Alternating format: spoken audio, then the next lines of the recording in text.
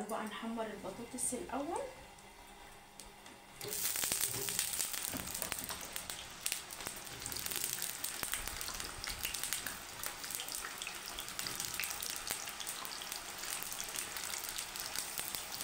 هحمر هنا البطاطس وهحمر هنا البتنجان عشان اخلص. هو اصلا الاكله بصراحه النهارده بسيطه كده وخفيفه وحلوه.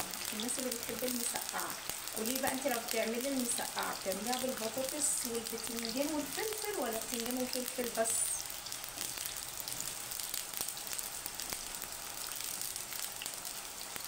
هسيبها تتحمر.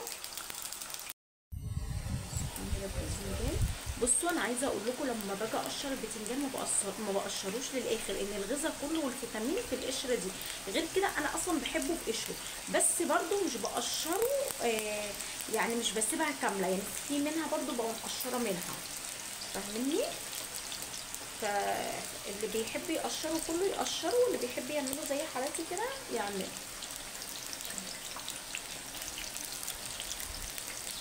ماشي، يبقى انا بحمر البطاطس وانا هحمر البتنجان. هوريكم مفيش اسهل من المسقعه اللي انا بعملها ديت، ولا هحط لحمه مفرومه ولا اي حاجه، اكله اقتصاديه خالص. بصوا اهي البطاطس، عملت البطاطس وقليت فلفل، حمرت بطاطس وقليت فلفل، وادي البتنجان اهو. بصوا لما تيجي تعملي بتنجان المسقعه خليه تخين كده، ما تعملوش رفيع رقيق علشان ما يحرقش منك وينشف يبقى طعمه وحش. ماشي، انا هعمل ايه بقى دلوقتي؟ انا هعمل كده، هحط لهم هم بطاطس. هما بيحبوش عندي المسقعه، ماشي، يعني العيال عندي ما بيحبوش المسقعه. وهحط لهم بطاطس واقطع لهم طماطم.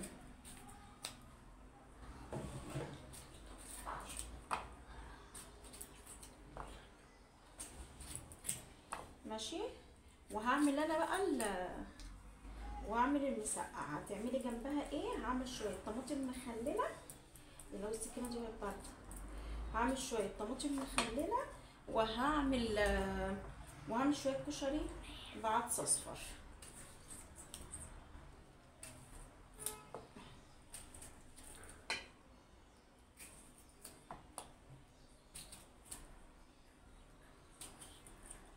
احط لك يا احمد فلفل، احط لك فلفل معاه. ماشي،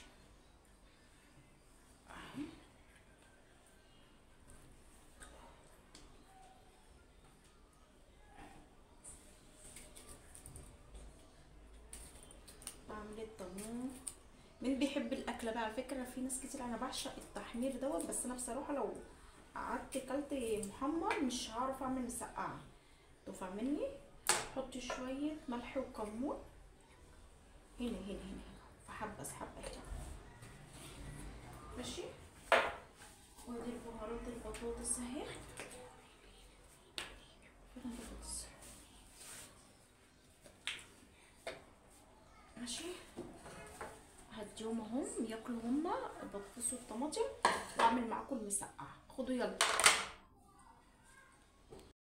بصوا انا قليت بقى معاكم البتنجان والبطاطس وقليت الفلفل. انا ما بحطش فلفل حراق، انا عارفه ان المسقعه يعني فلفل حراق، بس انا بصراحه انتوا عارفين انا شايله المراره وما بحبش الفلفل الحراق وبيتعب لي معدتي. انا دلوقتي هعمل ايه؟ ده كيس صلصه من الطماطم اللي انا مفرزاها في الفريزر. هعمل ايه بقى؟ بصوا بقى دلوقتي دي طريقتي.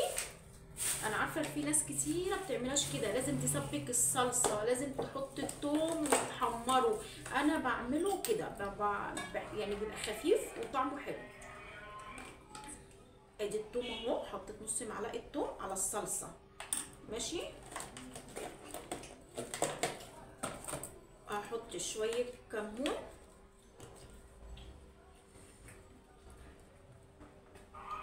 شويه حلوين كده، وهحط شويه فلفل اسود كتر، وهحط شويه بابريكا حمر برضو مش كتير.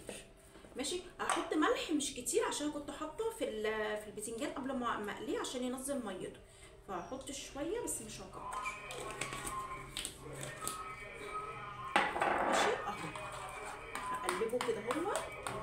طريقتي في المسقعه، جربوها والله العظيم مش هتبطلوا تعملوها، بتبقى طعمها جميل وطعمها جميل وحلو قوي. ماشي. ما بحطش بقى زيت، ان البتنجان والفلفل والبطاطس انتوا عارفين ان هو اصلا شارب زيت، فمش ناقصه زيت يعني. ماشي. هنزل كده بالبطاطس. عايزه اقول لكم المصفى دي والله العظيم حلوه قوي، المصفى دي جميله. يعني بدل ما تجيبوا مناديل ولا مناديل ولا كده هوت، لا المصفى دي احلى. افضي كله عادي يعني، انا مش هرص ولا حاجه يعني، مش بعمل مسقعه بالبشاميل يعني، انا بعمل مسقعه عاديه خالص. ولا حطيت، على فكره اكله اقتصاديه وجميله، ولا حطيت لحمه مفرومه ولا اي حاجه. ماشي. بس اهم حاجه خلوا البتنجان تخين كده يعني، ما تخلوش اللي هو ايه اللي هو رقيق عشان ما يتحرقش منكم وينشف. ادي اهي الخلطه اللي انا عملتها. هدلق كده.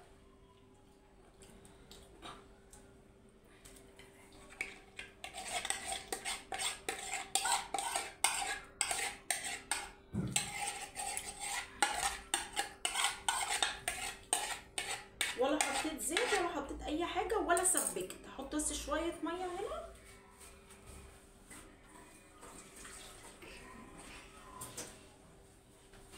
اهي انا كده خلاص خلصت المسقعه. كل اللي انا هعمله هغطي كده وعلى نار هاديه، مش هعلي، على نار هاديه واسيبها تظبط هي بقى نفسها بنفسها، وهوريكم بعد ما اغرفها. اقسم بالله بتبقى تحفه، لو جربتوا الطريقه دي مش هتبطلوا تعملوها. تعالوا بقى نعمل الكشري، مفيش اسهل منه. ده ربع كيلو عدس اصفر. انا قلت لكم الاكله النهارده اقتصاديه خالص. هعمل شويه مسقعه، هعمل شويه كشري عدس اصفر، وهعمل شويه طماطم بالثوم كدهوت وبالخل. تمام. ادي ربع كيلو عدس، هحط عليهم كوبايتين رز، كوبايتين اهو.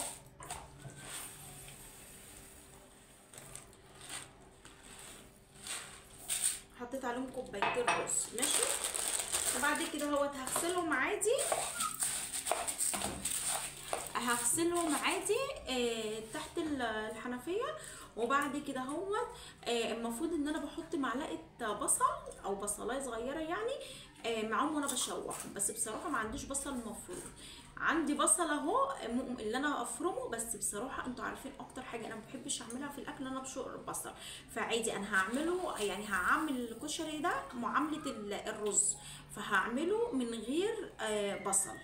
فاهميني؟ هيطلع طعمه حلو وكل حاجه، بس اكيد طبعا البصل بيطعمه اكتر. بس انا بصراحه مش هفرم بصل. لما اجيب، انا اصلا عندي بتاع 3 4 بصلات، فمش هشغل الكبه عليهم. لما اجيب كيلو بصل تاني، على فكره بيقولوا البصل غلي، فلما اجيب كيلو بصل هفرمهم كلهم مع بعض واحطهم في الفريزر زي ما انا بوريكم كدهوت، اللي هي علبه الايس كريم دي، وبحطهم خلاص. فهو كل اللي انا هعمله ان انا هعمل شويه الكشري دوت مع شويه المسقعه مع شويه الطماطم، وهي اكله اقتصاديه خالص. في ناس هتقول لي في فيديو انت كنت قايله فيه ان الاكله دي مش اقتصاديه، بس انا بصراحه عشان عندي الحاجه يعني اقتصاديه بالنسبه لي، عشان انا عندي حاجه يعني، عندي الحاجه يعني، ما يعتبر ما جبتش الا البتنجان والفلفل، لكن البطاطس عندي، الرز عندي، العدس عندي، فالحاجات دي عندي، فعشان كده مش اقتصاديه. بس انت لو انت هتجيبي الاكله ديت على اساس ان هي اقتصاديه، لا هاتيلك نص كيلو بانيه واسمك كلتي فراخ، واعملي لك شويه مكرونه. ان الحاجات دي كلها لو اشتريتيها، الرز والعدس، البتنجان، الفلفل، البطاطس، الطماطم، انت لو اشتريتي الحاجات دي كلها هتبقى بحق الثمن نص كيلو بانيه. فالاحسن ان انت تجيبي نص كيلو بانيه لو انت هتاكليه على سن اقتصاديه. لكن لو انت هتاكليه علشان هي اكله حلوه، ولازم برضو ان احنا نغير في الاكل، فنغير في الاكل، فلا هاتيها طبعا وكلوها، ان اكيد مش هنقعد ليل ونهار ناكل فراخ. لكن من جهه ان هي رخيصه واقتصاديه، لا هي مش رخيصه ولا اقتصاديه ولا حاجه، لو انت جبتي حقها بنفس حق نص كيلو بانيه. نعمل بقى شويه كشري بالعدس الاصفر. قلت لكم انا ما عنديش بصل، انت حابه تحطي بصل، انا بحب احط بصل على فكره، بس بصراحه ما عنديش، فعادي هعمل الكشري العدس الاصفر نفس عملة الرز، بس مش هزود الميه، مش هزود الميه زي الرز مش بتزودوا له الميه عقله كده، لا الكشري مش هزود له، ان العدس ده بينزل اصلا نشويات، فاهم اللي هو النشا ده، هيعجنه. ماشي، الزيت اهو، انزل بالكشري اهو على طول.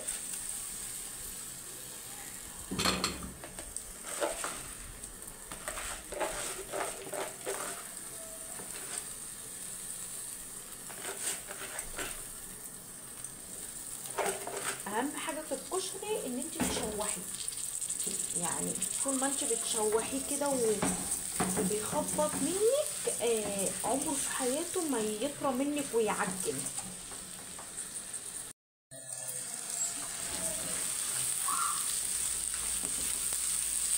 بصوا هنزل بشويه ملح،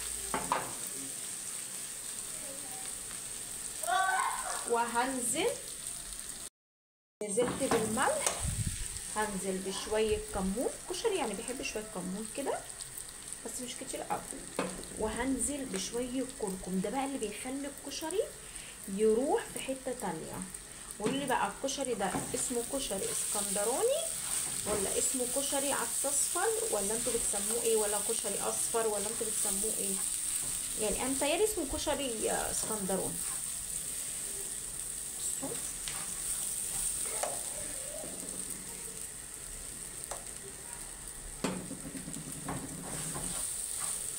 انا بقى هقعد اشوح كدهوت شويه وارجع لكم. بصوا انا شوحته لحد ما خربش كدهوت في الحله، وبعد كده هنزل بالميه.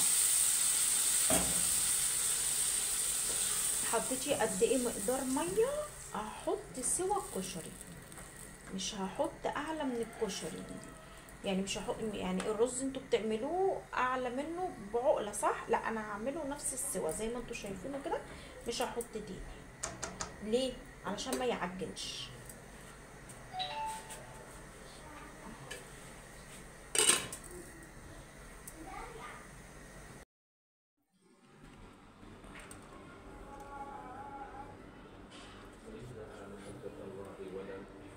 يصل على سنة سيد الأمم فلا